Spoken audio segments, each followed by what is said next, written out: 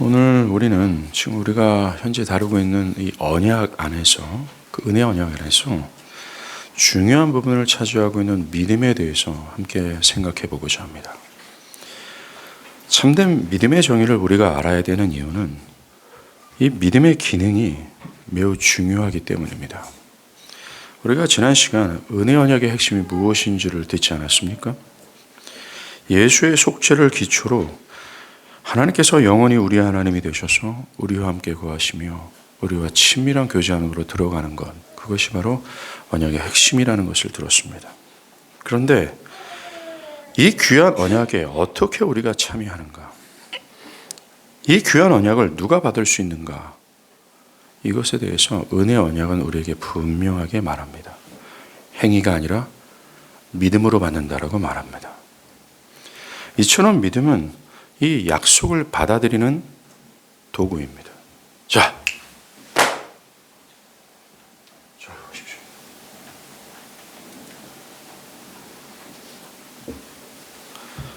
이처럼 믿음은 약속을 받아들이는 도구입니다. 믿음은 그리스도 안에 서 있는 모든 구원이 우리에게 들어와 우리의 것이 되도록 하는 도구요 통로입니다.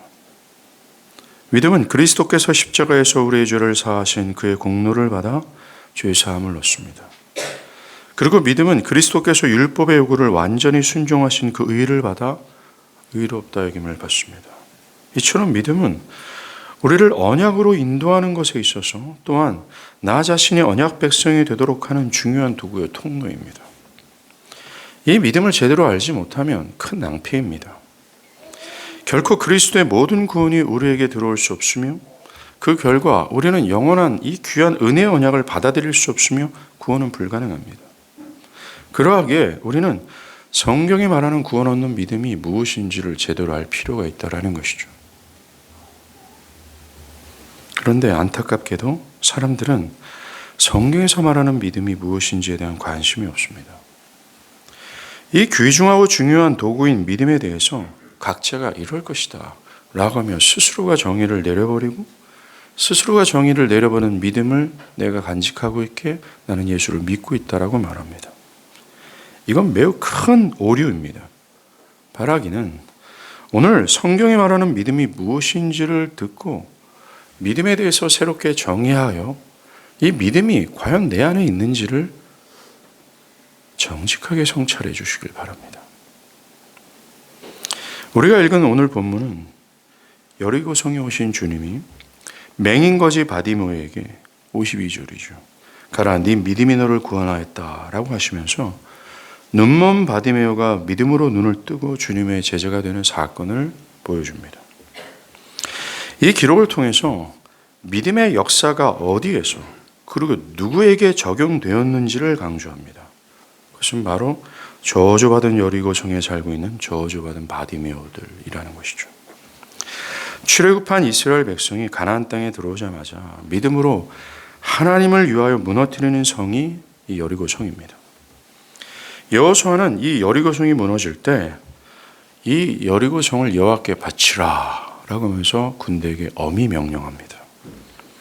여기서 바치라, 히브리 말로 헤렘이란 뜻은 죄로 인해 저주를 받아 모두 진멸하는 것을 의미하는 겁니다. 성 안에 있는 모든 생명체들, 인류뿐만 아니라 모든 가축에 이르기까지 모든 생명체들이 죄의 저주 안에 있어서 하나님께 심판받아야 될 것들이란 뜻이 바치라, 헤렘이란 뜻이죠. 또 나아가 여호수아는 여호수아서 6장 26절에 맹세하여 이르되 누구든지 일어나서 이 여리고성을 건축하는 자는 여호와 앞에서 저주를 받을 것이라.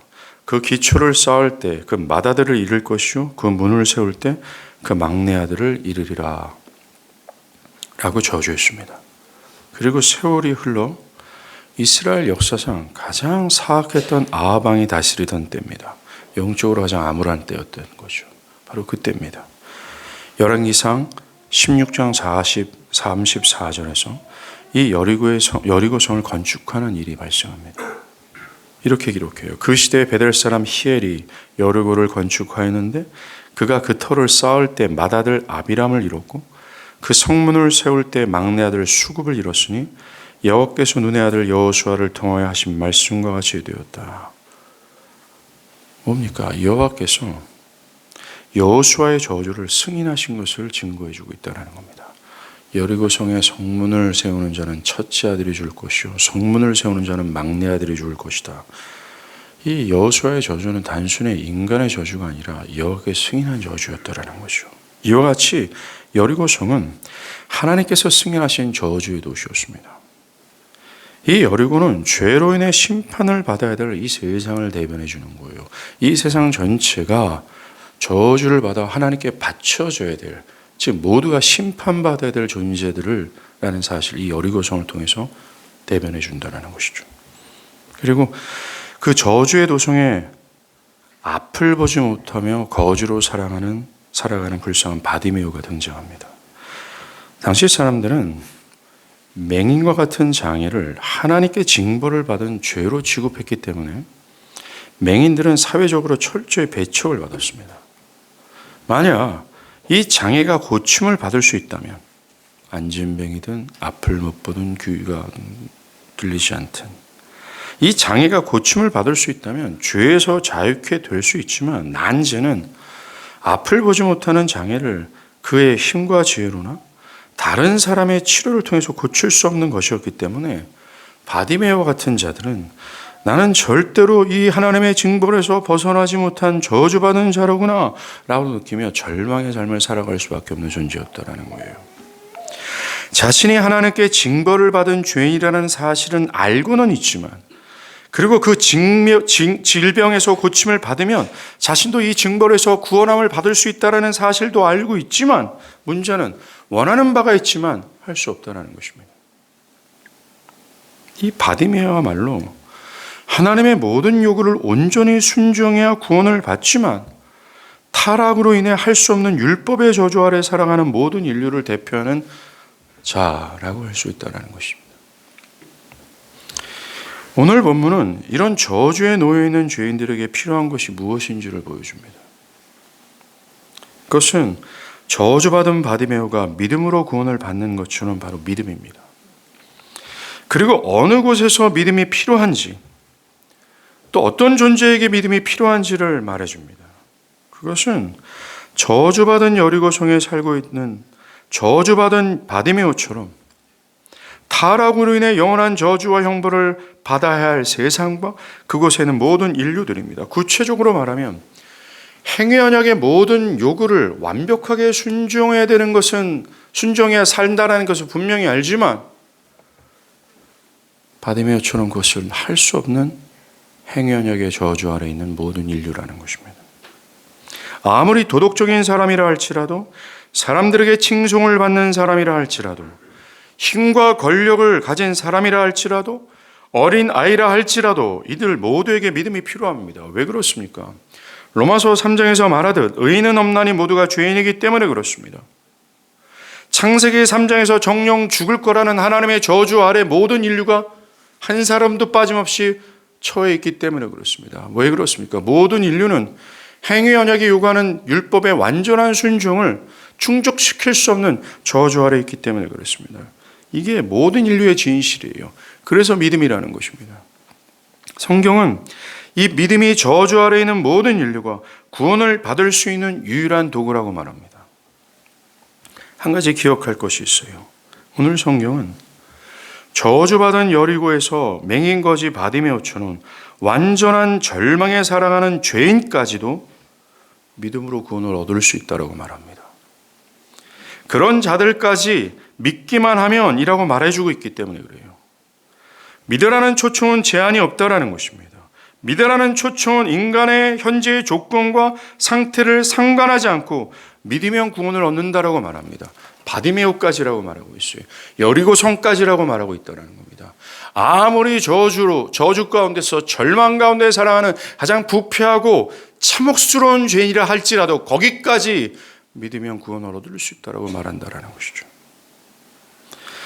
우리가 어떤 끔찍한 죄를 저질러도 그리스도께서는 믿는 자를 받아주시고 그를 의롭다 하시며 구원하십니다.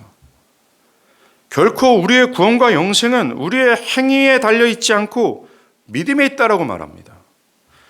만약 그렇지 않으면 구원을 받을 수 있는 사람이 이 세상에서 단 한 사람도 없기 때문에 그렇습니다. 어떤 사람이든 상관없이, 어떤 일을 했든 또 하지 않았든 상관없이 누구나 다 그리스도를 믿으면 가능하다고 말합니다. 그럼에도 불구하고 어떤 사람들은 여전히 자신의 죄와 부패한 상태를 부끄러워하면서 자신이 너무나 죄악되기에 그리스도가 자신을 받아주지 않을 것이라고 생각합니다. 그것은 복음의 말씀을 부정하는 겁니다. 바울은 그리스도 예수께서 죄인을 구원하시려 세상에 임하셨다 하였도다 라고 했고, 하나님이 경건하지 아니하는 자를 의롭다 하신다 라고 했습니다.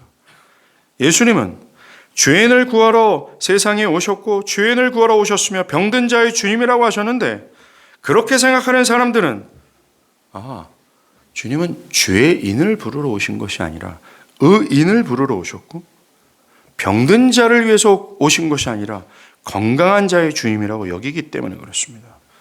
이처럼 그런 사람들은 주님의 말씀과 바울의 말을 부인하는 꼴이 됩니다. 이 사람들은 하나님이 거룩하지 않는 자를 거룩하다 하시는 은혜의 하나님을 부인하고 거룩한 자를 거룩하다 하시는 율법의 하나님으로 하나님을 오해하는 것입니다. 이런 죄악되고 잘못된 생각에서 우리는 돌이켜야 합니다. 이것을 위해서 우리는 다시 한번 율법과 복음을 꺼내든 거예요. 그리스도가 의롭고 경건한 사람이 아니라 죄악되고 불경건한 사람을 부르시고 의롭다 하시고 구원하러 오셨다라고 확신해야 합니다. 그래서 사도 바울은 이 사실을 죽기 직전이죠, 가장 믿음의 완숙한 상태에서 다시 한번 이 복음의 은혜의 감격에 사로잡힙니다. 주님이 죄인을 구원하러 오셨습니까? 그렇다면 여기 죄인 중에 괴수가 있습니다. 나를 구원하소서라고 하면서 이 복음을 다시 상기할 정도였어요.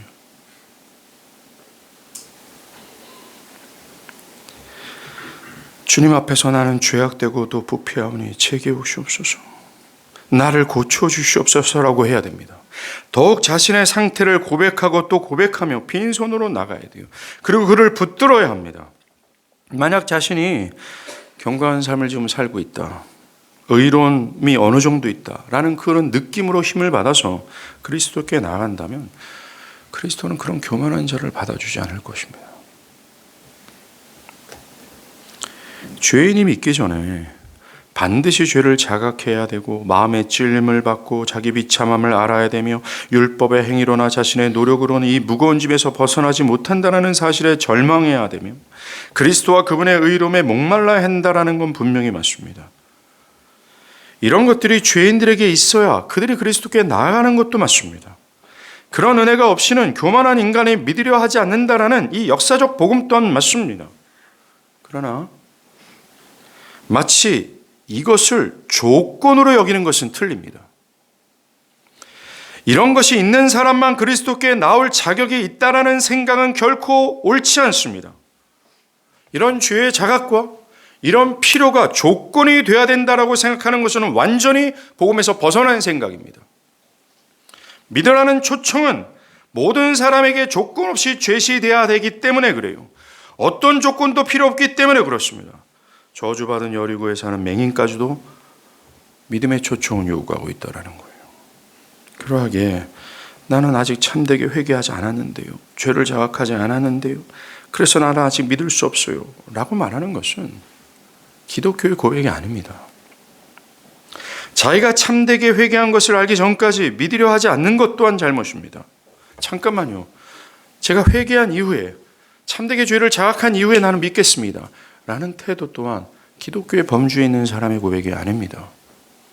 하나님은 목마른 자들은 다 와라, 돈 없는 자들도 값없이 와서 다 거저 사라, 어떤 조건이나 수고 없이 그냥 먹고 마시라고만 제안합니다. 어떤 충분함이나 어떤 채워짐도 필요 없다고 하셨어요. 이처럼 믿음은 어떤 조건도 제한도 없습니다. 믿기만 하면이라고 말합니다. 그러기에 우리는 이 믿음의 특성을 기억하면서 저주받은 여리고 성도, 그리고 그곳에 사는 저주받은 죄인까지도 믿을 수 있구나를 깨닫고 나 같은 자도 믿을 수 있구나를 명심하고 이 믿음의 초청에 응해야 된다는 것이죠. 로이드 존스 목사님은 믿음에는 세 가지 본질적인 요소가 있다고 말합니다.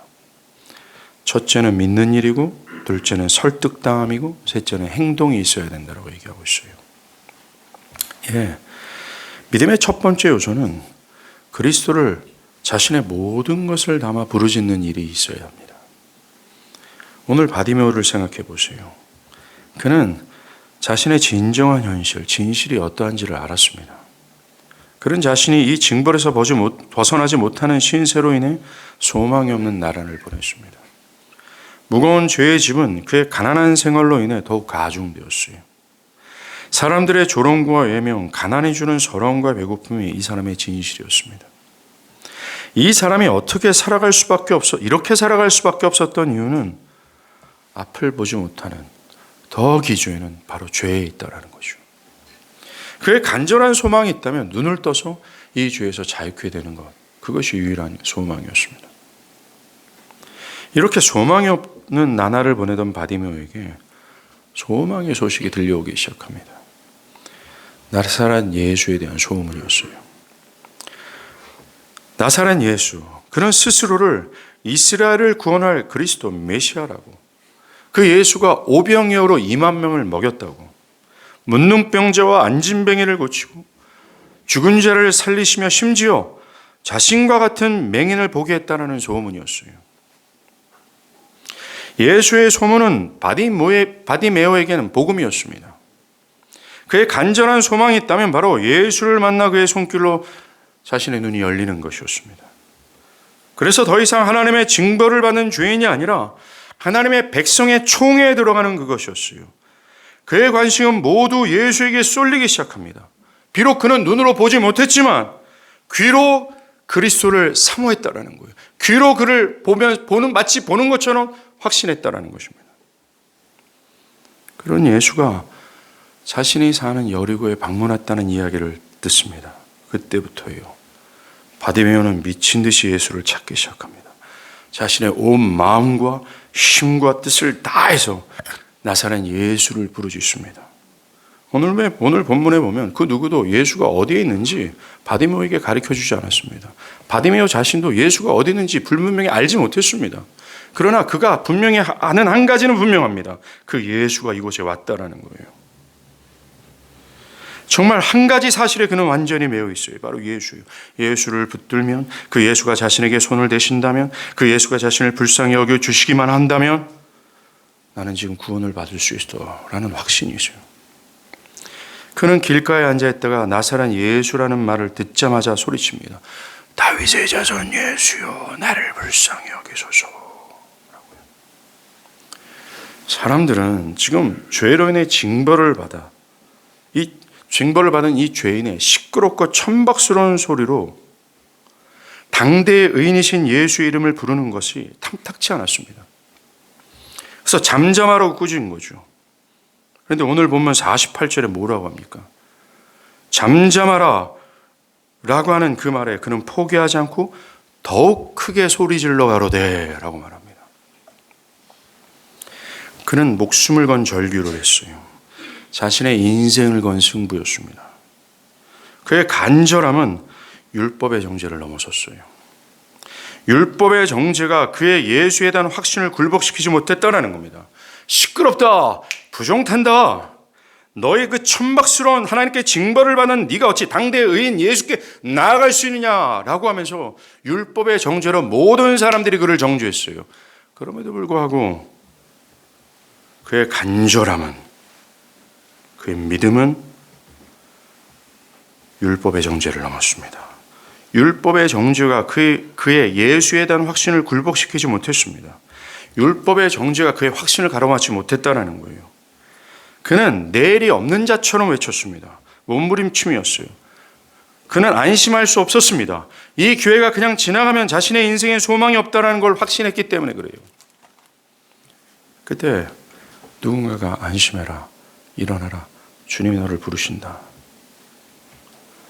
사람이 말하며 그를 주님께 인도합니다. 그래요. 바디메오는 이 기회가 자신에게 사라지면 어떡하나라는 근심이 있었습니다. 주님이 이 부정한 자신을 외면하면 어떻게 하나? 왜? 부정하기 때문에, 외면할 수 있기 때문에 그렇습니다. 그래서 그는 두려워했어요. 그런데 그에게 안심하라 말은 유한이었습니다.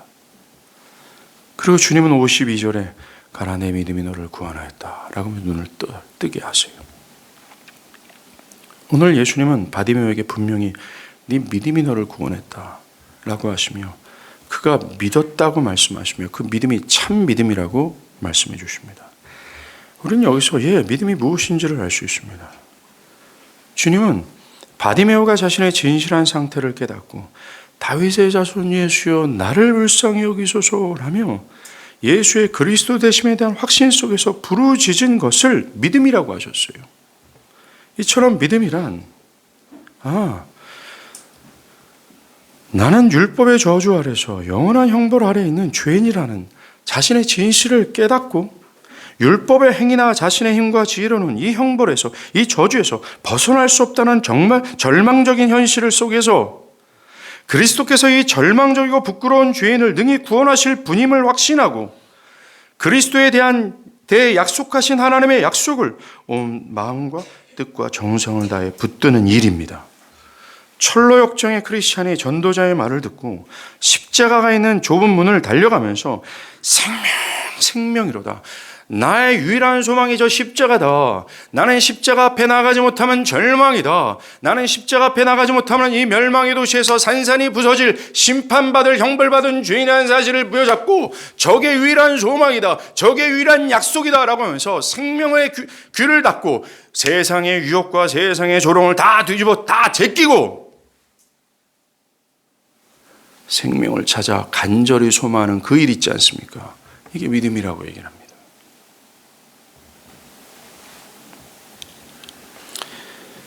이 믿음의 일에는 항상 율법의 정죄가 속삭인 게 있어요. 오늘 본문에서 사람들이 율법의 정죄로 바디메오의 믿음의 호소를 시끄럽다는 것처럼 율법은 믿고자 하는 자들을 향해 믿는 일을 하고자 하는 자들에게 너는 자격 없소, 너는 부정하게 믿을 자격이 없소라고 정죄합니다. 그래서 바디메오처럼 자신의 자격 없음으로 인해 주님이 나를 구원하시지 않을 수도 있다라고 하는 거룩한 근심을 가지고 있어요. 이것이 자신의 진실을 제대로 깨달은 참된 신자가 갖고 있는 정서입니다. 거짓된 신자들에게는 정서가 없죠. 위선자들에게는 결코 이 정서는 없습니다. 그러나 참된 신자들이 갖고 있는 참 믿음은 율법의 정죄를 이겨요. 율법의 정죄가 더 강할 때 믿음은 더욱 소리질러 가로되 라고 하면서 더욱 우리 주 예수 그리스도를 붙듭니다. 율법의 정죄보다 그리스도께서 하신 공로가 더 능력이 있기 때문에 그래요. 그리스도께서 십자가에서 나를 대신해서 율법의 모든 정죄를 다 지불하셨기 때문에 더 이상 믿는 자에게 율법은 힘을 발휘하지 못하기 때문에 그렇습니다. 율법의 정죄보다 그리스도께서 믿는 자를 구원하신다는 그 약속이 더 세기 때문에 그들은 믿음으로 율법의 정죄를 넘어요. 바랍니다. 현 시점에도 믿고 있는 여러분들에게 부탁합니다. 믿음은 율법의 정죄보다 강합니다. 더 강한 힘을 의지하고 더 믿음으로 나아가길 바랍니다. 이 믿음의 일은 엄밀히 말해서 모든 타락한 인류가 해야 할 일입니다.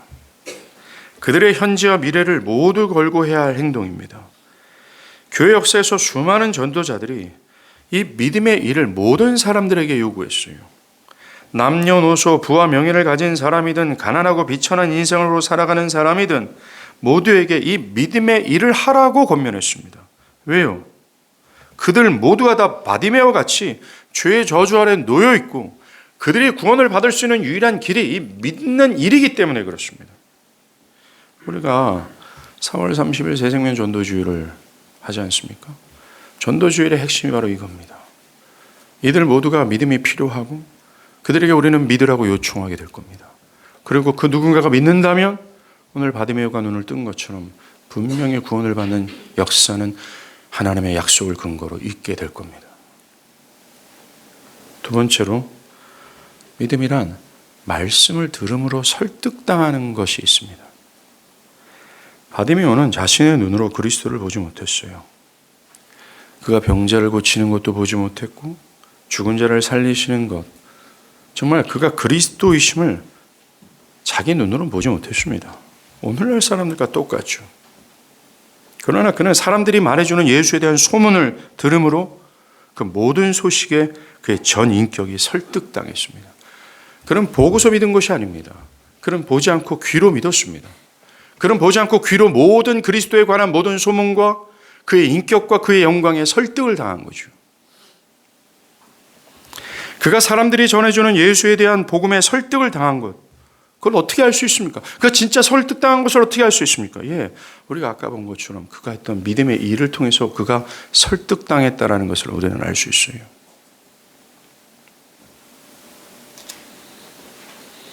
이처럼 구원 얻는 믿음의 특성은 예수 그리스도를 나의 것으로, 나의 구주로 받아들여야 한다라고 하는 강한 설득당함이 그 믿음의 요소 안에 있다는 것입니다. 에드워드 피셔는 이 설득당함에 대해서 세 가지 요소로 설명을 해요. 먼저 자격 없는 죄인들이 복음을 듣고 예수 그리스도가 나의 것이 되어야 되는구나, 예수가 나의 구주가 되어야 되는구나 라고 하는 설득되는 것이라고 말합니다. 죄를 깨닫고 하나님의 형벌이 자신을 금세라도 덮칠 상태에 있다는 것을 깨달은 자는, 즉 내가 죽어마땅한 죄인이라는 사실을 깨달은 자들은 하나님의 선물, 이 복음을 받아들여야 한다는 것에 충분히 설득을 당합니다. 바디메오처럼 말입니다. 그래서 복음의 제안을 듣고 그리스도 예수를 받아들이는 거죠. 이게 구원 얻는 믿음이라는 겁니다. 지금 모든 율법의 정죄와 하나님의 형벌인 나를 덮치는구나. 이 상황에서 내가 무엇을 해야 될 건가? 그 그리스도를 받아들인다면 구원을 얻는다는 이 하나님의 복음을 충분히 설득당하는 거죠. 저는 여러분들에게 이 설득당함이 있는지를 묻고 싶어요. 왜냐하면 이 은혜 언약을 하나의 원칙으로, 하나의 기계처럼 받아들이는 사람들에게는 예스! 죄인들이 하나님의 심판이 금세라도 날 덮칠 것 같다는 상황에서 저 예수를 내 것으로 받아들여야 되는구나, 저 예수가 나의 기피고 나의 구주구나 라는 설득당함이 없어요.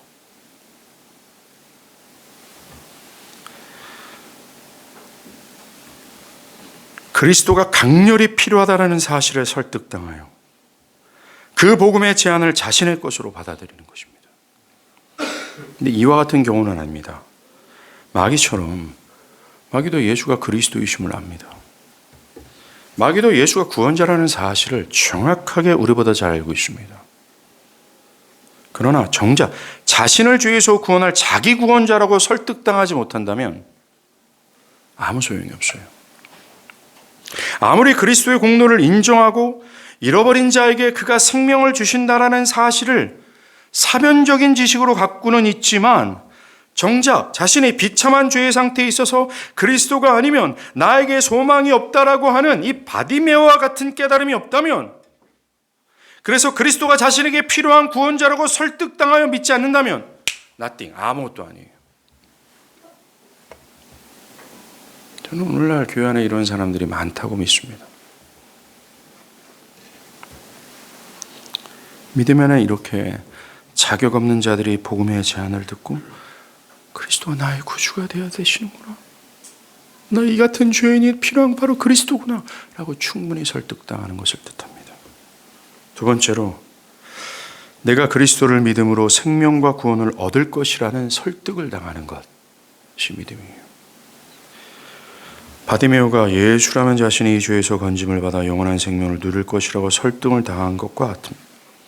저 예수라면 자신의 눈을 뜨게 하실 것이라는 설득당한 것과 같습니다.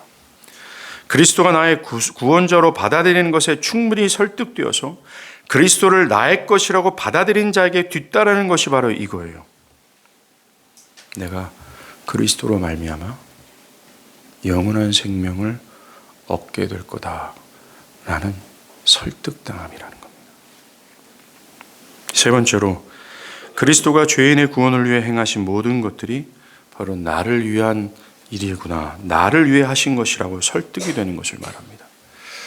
예수께서 십자가에서 하늘의 모든 영광을 버리시고 이 땅에 오신 그 일, 하나님의 백성들의 죄를 짊어지시고 그 백성들이 받아야 될 형벌을 대신 받으심으로 그 백성들을 향한 하나님의 형벌과 진노를 다 무마시키신 그 그리스도가 하신 그 모든 일, 구원을 위한 모든 일들을 객관적 지식으로 갖고 있는 것이 아니라 그 속에 자신이 포함되어 그 모든 것이 먼지를 분과 나 한 명을 위한 그 일이라는 사실에 충분히 설득당하는 거죠. 여기서 따라합니다. 감사가 나온다. 여기서 감사가 나오는 거고 여기서 예배가 나오는 것이고 이 접촉점에서 하나님께 찬양함이 나오는 거예요. 이 접촉점에서 주를 사랑하고자 하는 마음이 뿜어져 나오는 것이고 이 접촉점에서 온 마음과 뜻과 정성을 다해서 모든 율법을 제끼면서까지 그 그리스도를 존귀하게 오고자 하는 열망이 나오는 거예요. 이처럼 구원 얻는 믿음은 자격 없는 죄인이 그리스도를 자신의 것으로 받아들여야 한다고 설득당하고 그리스도인의 생명과 구원을 얻는다라고 그리고 그가 행하신 모든 것이 나를 위해 행하신 것이라고 충분히 설득당하는 것을 뜻하는 겁니다. 그의 전 인격이 이것에 동의하고 마음으로 충분히 납득이 되는 거죠. 이처럼 믿음은 그의 이성과 지성이 그리고 감정이 그리스도를 나의 것으로 받아들여야 할 충분한 당위성을 깨닫고 설득을 당하여 그를 붙잡는 것입니다. 많은 사람들이 기독교 복음을 동시에 들었음에도 불구하고 우리에게 얘기합니다. 넌 이게 납득이 되냐? 넌 이 이야기가 설득이 되냐? 이 바보 같은 놈아 정신을 차려. 이게 어떻게 납득이 돼? 이것이 어떻게 설득이 돼? 라고 하는 그들의 말 앞에서도 우리는 충분히 설득이 되는 거예요. 바디메오, 네가 이렇게 미치도록 예수를 부르짖는다고 해서 네가 눈을 떠지냐, 이 바보 같은 놈아. 너는 그냥 그 자리에 앉아서 사람들에게 좋은 평가를 들으면서 그냥 구걸하면서 나날이 살아가야 돼. 너 이 시간 나사렛 예수 그렇게 미쳤다가는 율법의 선생했던 바리새인들로부터 소외를 당하게 되고 너는 여기서 구걸도 하지 못하게 돼. 사랑하는 여러분, 자, 저를 한번 보십시오. 복음은 여러분들이 복음을 믿겠다는 신념 속에서 믿는 것이 아닙니다. 복음의 모든 내용들이 성령을 통해서 여러분들이 설득해 주시는 은혜로 말미암아 믿어지는 거예요.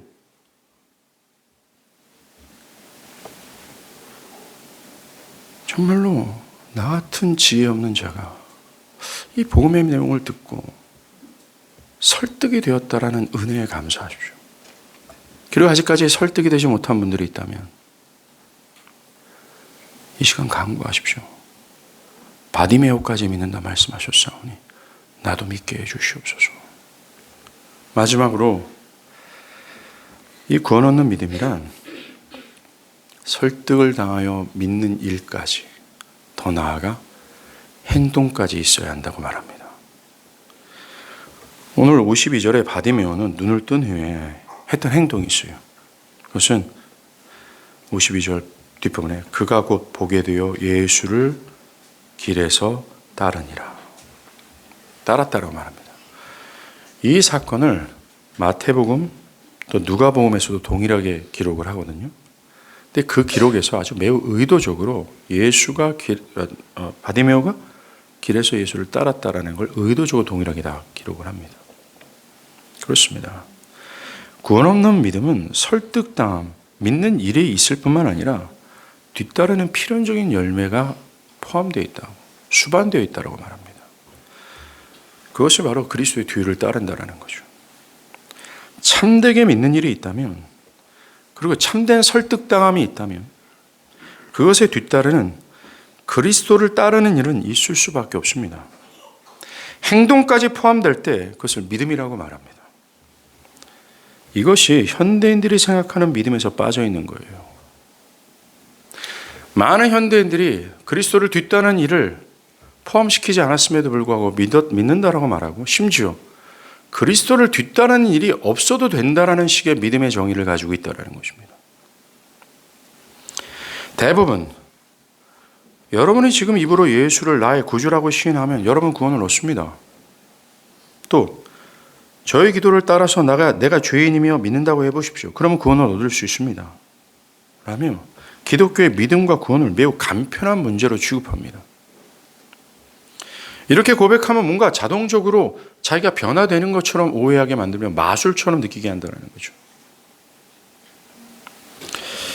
여러분들 오늘 여러분들이 여러분들이 기침을 좀 많이 하고 감기약을 좀 많이 먹은 거 잘 알고 있습니다.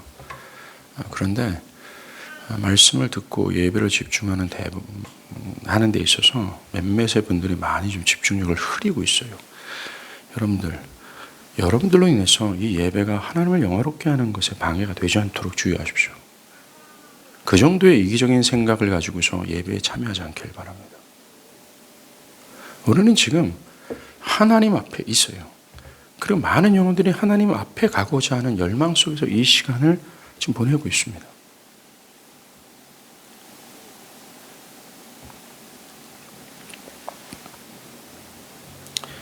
정말 많은 사람들이 기독교의 믿음, 이 구원의 문제를 굉장히 가볍게, 간편한 문제로 여깁니다. 근데 그것은 결코 주님이 주시는 복음이 아니에요. 예수님이 전한 복음은 자기를 부인하고 십자가를 지고 주님을 따르는 제자도의 부르심이고 순종하면서 그분을 따르는 부르심입니다. 믿음에 대한 성경적 가르침은 기독교 진리를 성령을 통해서 설득당함과 함께 그리스도께 자신을 헌신하고 자신의 삶을 양도하는 것을 수반한다고 말합니다. 포함시킨다라고 말하는 거죠. 성경에 의하면 그리스도를 믿는 것은 단순히 그리스도에 대한 사실을 아는 것뿐만 아니라 그분을 신뢰하는 것 가운데 그의 도우심을 구하며 끝까지 견디며 그를 따르는 것을 의미합니다.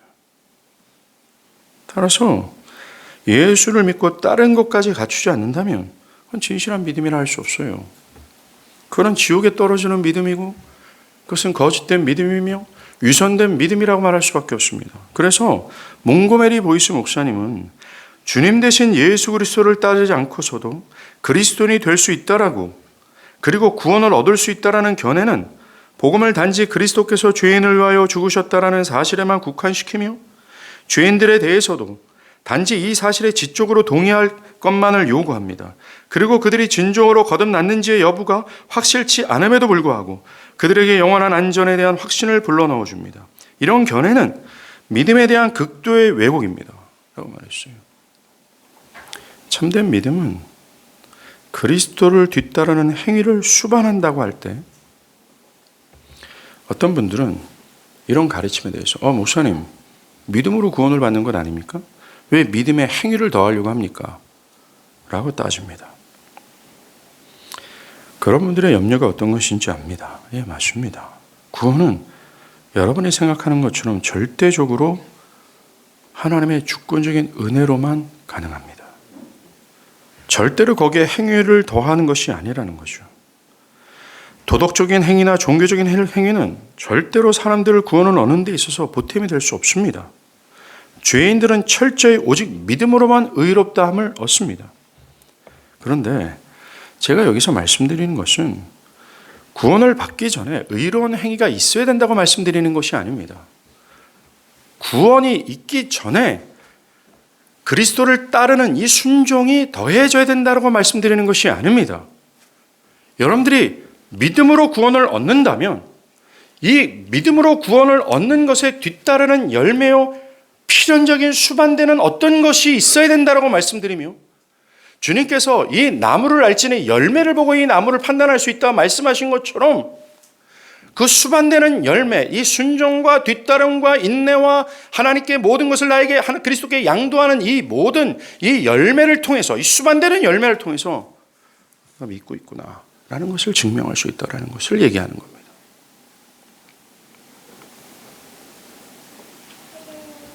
그래서 D. 칼슨은 주님을 따르고 주님의 죽음의 자리까지 따라야 그를 섬기는 것이 구원의 필수 조건이다라고 말했습니다.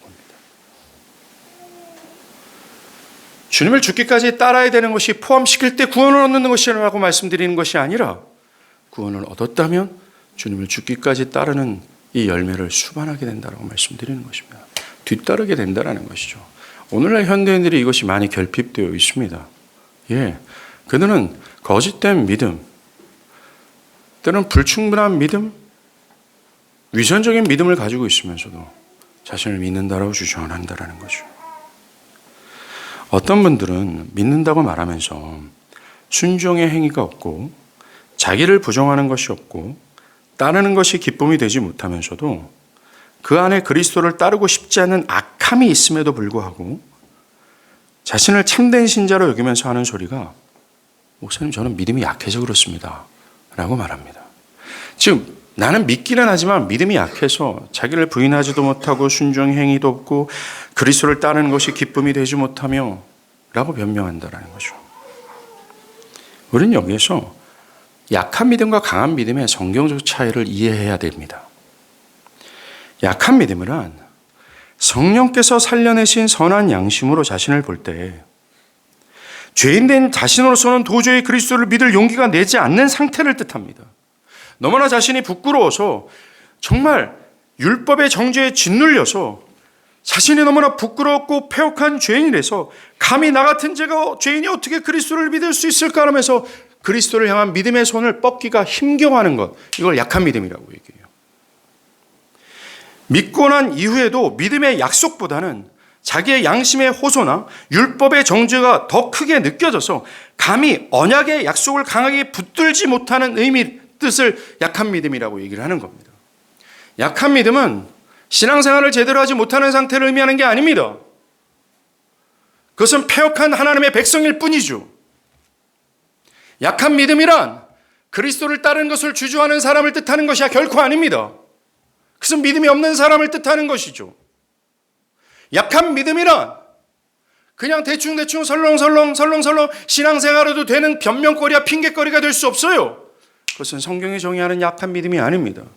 약한 믿음은 성령께서 허락하시는 선한 양심, 부드러운 양심 가운데 내가 감히 어찌 하나님께 나아가 그리스도의 그 언약의 약속에 되시는 그리스도를 믿고 붙들 수 있을까? 나는 참으로 부끄러운데. 그래서 언약의 약속보다는 율법의 정죄가 더 크게 느껴지는 사람이에요. 이게 약한 믿음입니다. 우리는 이 변명과 핑계를 하지 않길 바라요. 반대로 강한 믿음이 뭡니까? 이 강한 믿음이나 자신의 부끄러운 죄됨을 확실히 인정해요. 그것이 자격 없는 자신의 모습을 말해준다고 하여 그런 율법의 정죄보다도 언약의 약속을 더 강하게 신뢰하는 것을 뜻하는 겁니다. 바디메오처럼 더욱 소리질러 가로되라고요. 이처럼 약한 믿음과 강한 믿음의 개념은 믿는 자가 행위가 없어도 된다는 것으로 핑계될 것이 아님을 기억하십시오. 주님께서도 마태복음 12장 33절에서 그 열매로 나무를 안다 하셨어요. 즉 그의 열매를 통해서 그 나무가 어떤 종류인 줄을 안다고 말합니다. 그 신자의 열매를 통해서 그 신자 열매가 자기를 부정하고 그리스도를 순종하며 그리스도를 기뻐하고 하는 그 열매를 통해서 이게 신자구나 라는 것을 안다라고 말합니다. 그러하기에 그리스도에 대한 충분한 지식이 없다 할지라도 믿는 지 얼마 안 됐어. 때로는 예수께 순종하는 것이 힘겹고 무거운 짐처럼 느낄 수도 있으나 구원받은 신자가 예수께 순종하고 싶은 마음이 없거나 의식적으로 그리스도의 주되심에 대해 반기를 드는 일은 결코 없습니다. 그리스도의 주인 되심을 인식할 때마다 이에 반응한다라는 책임감을 느껴요. 나아가 때로 그것이 무겁게 느껴질지라도 그는 도우심을 간구하며 전진합니다. 그가 참되게 믿음으로 의롭다함을 여겼다면 그는 그 의로운 중에 끝까지 견뎌낼 겁니다. 마태복음 10장 22절에 주님은 너희가 내 이름으로 인하여 모든 사람에게 미움을 받을 것이나 끝까지 견디는 자는 구원을 받으리라. 우리를 원하시는 예수님 바로 주님이시며 그분 자신이 직접 이렇게 말씀하셨습니다. 그러면서 주여 주여 하면서 어찌하여 나의 말하는 것을 행하지 않느냐라고 책망하셨습니다. 이처럼 성경은 믿음에서 행위를 절대로 분리시키지 않았습니다. 저는 여러분께 도전합니다. 여러분은 이 참된 믿음에서 뒤따르는 열매가 있습니까? 여러분이 구원과 생명을 얻을 수 있는 유일한 길은 이 믿음뿐입니다. 믿음으로 여리오와 같은 저주받은 세상에서 바디메오처럼 저주 아래 살아가는 그 어떤 죄인이라 할지라도 구원을 받을 수 있습니다. 언약을 얻을 수 있고 언약의 참여자가 될 수 있습니다. 이 제한 없고 조건을 요구하지 않는 믿음의 초청에 응하시길 바랍니다. 내일 응하지 마시고 오늘 응하십시오. 하나님이 받아주시고 사랑하시는 것은 신자의 실제적인 상태가 아닙니다. 착각하지 마십시오. 우리의 현실된 진짜의 상태 때문에 하나님이 우리를 사랑하시는 것이 아닙니다. 우리가 무엇을 하고 무엇을 안 하는 문제 때문에 하나님이 우리를 사랑하시는 것이 아니에요. 또 사람 안에 있는 어떤 자질이나 행하는 선 때문도 아닙니다. 하나님께서 우리를 사랑하시는 이유는 믿음으로 받은 그리스도의 의 때문이에요. 그것으로 아버지께서 그들을 보시며 이는 내 사랑하는 아들이요 내 기뻐하는 자다라고 하시는 겁니다. 그래서 아이작 암브로라는 찬송시를 쓴 사람이요, 요한일서 3장 7절을 이용해서 이렇게 말해요. 우리는 의로움이신 그리스도만큼 의롭다라고 말합니다. 의가 되시는 그리스도만큼 신자는 의롭다라고 선언합니다. 왜 그렇습니까? 신자가 연락에 수고한 의로운 상태 때문에 우리가 의롭다고 말하는 겁니까? 아닙니다. 믿음으로 거저받은 그리스도의 의를 하나님이 나의 의로움으로 보시기 때문에 그렇다라는 거예요. 이런 하나님의 사랑받는 자녀, 놀라운 특권을 이룰 수 있는 길은 하나밖에 없습니다. 믿음이에요. 바디메오처럼 온 마음과 뜻과 정성을 다해 붙드십시오. 그리고 믿으십시오. 믿음으로 그분의 사랑하는 아들 예수께 달라붙어 그분의 목에 매달리고 그 품에 안겨야 합니다. 나의 죄악을 발견하고 그 죄악으로 인해 나에 대해 실망하고 두렵고 절망스러울 때면, 그리고 율법의 정죄가 나를 짓누를 때면 우리가 할 수 있는 것은 따라합니다. 더욱 믿어야 한다. 더욱 소리질러 가로되 다윗의 자손이여 나를 불쌍히 여기소서라고 외쳐야 됩니다. 우리는 더 이상 율법주의로 흘러가거나 율법 폐기주의로 가서는 안 돼요. 더욱 믿음이라는 것입니다. 아브라함이 내가 할 수 없는 죄인이라 느낄 때 그가 할 수 있었던 것은 그리스도의 언약, 하나님의 언약의 말씀을 믿었던 것뿐이었어요. 우리가 죄에 더 치닫고 우리가 더 부끄러움을 느껴지며 율법의 정죄가 더 날카롭게 느껴질 때 여러분이 할 수 있는 건, 우리가 할 수 있는 것은 더욱 소리 지르는 겁니다. 예수께. 그를 따르십시오. 그리고 우리를 위해 자신의 모든 것을 내어주신 사랑의 주님을 따르십시오. 크고 위대하시고 온 우주에서 가장 선하신 하나님께서 나와 함께하자, 나와 친밀한 교제를 하자 하시는 하나님을 따르십시오. 그 선하신 하나님께서 선한 의도로 우리에게 명령하신 것을 기쁨으로 따르십시오. 그렇다면 최후에 여러분은 주님이 계신 영원한 하나님 나라에 함께 거하게 될 겁니다. 기도하시겠습니다. 이 시간 우리 기도하실 텐데, 믿음의 초청은 여리고에 사는 저주받은 바디메오 같은 사람까지도 응할 수 있다라고 말합니다. 어떤 제한도 걷지 않고 어떤 조건도 요구하지 않습니다. 오직 믿는다면이라고만 말합니다. 우리는 오늘 믿음의 세 가지 요소를 배웠습니다. 여러분 안에 믿는 일이 있습니까? 내가 죄인이구나, 나는 그리스도를 내가 나의 구주로 받아들이지만 안 되는구나 라는 설득감이 있습니까? 그리고 세 번째, 나를 구원하신 그리스도를 이 바디메오처럼 따르는 그 일이 있습니까? 여러분에게 믿음이 있습니까? 이 시간 기도할 텐데, 먼저 믿고 있는 분들